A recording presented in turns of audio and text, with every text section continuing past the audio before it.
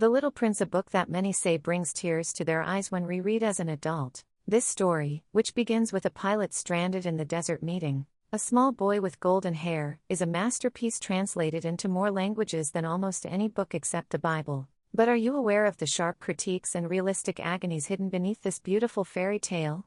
Today, we follow the Little Prince's journey and uncover the true nature of the questions he poses to us. The Little Prince came from asteroid B612.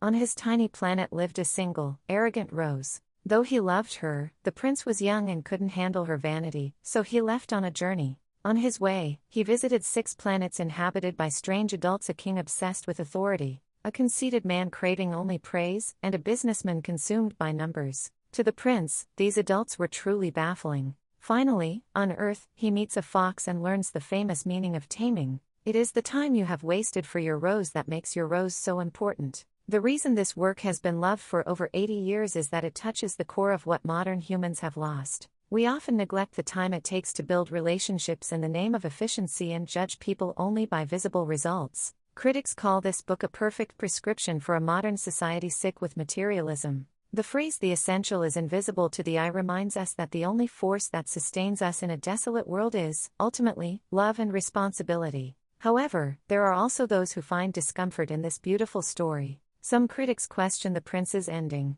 To return to his rose and fulfill his responsibility, the prince chooses to be bitten by a snake and leave his body behind. This has been criticized as a romantic escape or a reckless choice by those who feel he could not handle the pain of reality. Furthermore, some sharp analyses suggest that the attitude of dismissing adult labor and responsibility as merely worldly stems from Saint-Exupéry's own aristocratic and elitist background. The Little Prince told the pilot, "I shall look as if I were dead, and that will not be true." Just like those words, the Little Prince visits us in a different form each time, depending on our age and situation. To some, he is a savior of lost innocence; to others, a dreamer who turned his back on reality. Who was the Little Prince you met during these 5 minutes?